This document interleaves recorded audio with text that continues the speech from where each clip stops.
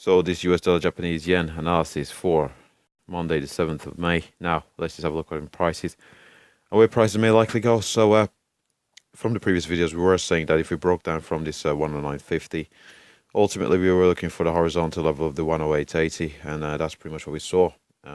We did see prices come down, trade below this 108.80, came pretty close towards a test of the 108.60s, but we did close back above the 108.80, held that level, had prices head upwards towards the above the 109 level, and came pretty close for a test of a 200 period moving average. Didn't quite get there, and again we've come back down.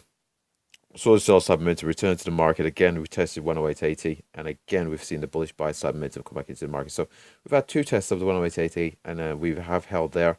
We've got a low there. We've got a lower low, a slightly higher low there. So there is still the possibility of an inverted head and shoulders, which is a bullish price pattern, which brings us in continuation of further strength of the US dollar against the Japanese yen.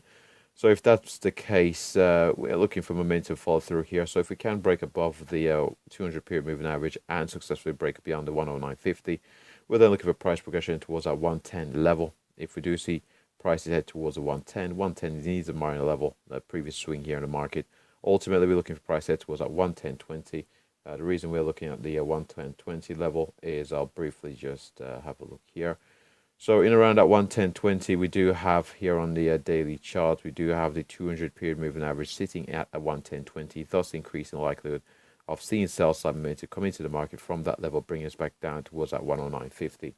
Now, if we get back to the hourly chart here on the US dollar Japanese yen, again, if we did progress beyond the 110.20, the very next levels that we are looking at here to the upside, we anticipate them coming to focus here on Monday, 7th of May, would be 110.73, which would be a minor level, even though it's marked out here in red, relative to the 110.20 and the 111 level.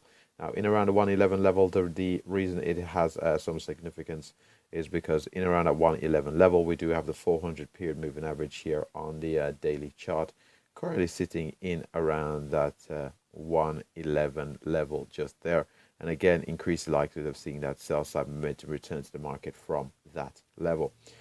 To the downside, we must have a look at the downside because there is a possibility of still breaking down, even though it seems unlikely at present. But if we did break down, we'll look to see how prices do hold up around the 108.80. If we do fail to hold there, the very next significant horizontal level of importance will be a move down towards that 108.13. Successful break from which we're looking at the 107.78, which I don't anticipate coming to focus here on Monday, the 7th of May.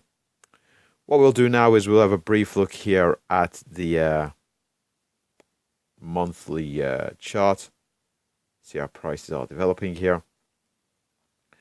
And on this monthly chart, we can see here we've got our lows. We went into this slower range-based grinding action. Well, I shouldn't say grinding. We went into this slow range-based action here. We had a breakout to the downside. We didn't see the momentum follow through down towards that 100 level. What we did instead see was a bullish buy side momentum coming to the market in around that 104.65. Also where we do have the 200 period moving average. And we have seen the momentum come back into the market more recently. Posted a very strong month the previous month, closing near the highs, closing pretty much at the highs, and so far we haven't seen a follow through as of yet in May. But after posting, it still remains a possibility of seeing that further retracement here to the upside. But overall, the US dollar Japanese yen is going into a bit of a price contraction squeeze here. So there is still a couple of months, I'd probably say, for it to play out before seeing either a break to the downside or a break to the upside. Now, the fact that we have a lower high, more recently, we've seen recent sell side momentum, a price contraction squeeze, possibly looking for a breakdown in prices, but we'll see how prices develop closer to that time. What we'll do now is we'll have a brief look here at the weekly chart. And over at this weekly chart, we can see we had that resistance around at 14.30. We had a breakdown towards our 104.65, from which we have seen pretty strong buy side momentum coming to the market. Now we have posted a bit of a doji, it wasn't a doji, but we did see some sell side momentum coming to the market last week. But we still remain somewhat bullish.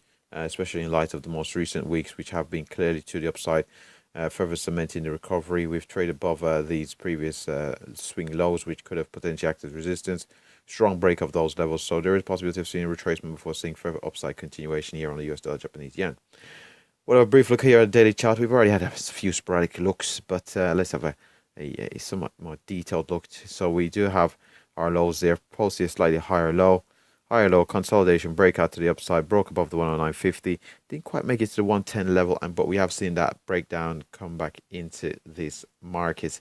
So we've had a breakdown towards the 108.80, and we have seen a bullish momentum come back in. So again, if we do break above the 109.50, we'll be looking for a true test of that 110.20 level here on the US dollar against Japanese yen. And with that said, that wraps up the US dollar Japanese yen analysis. Thanks for watching.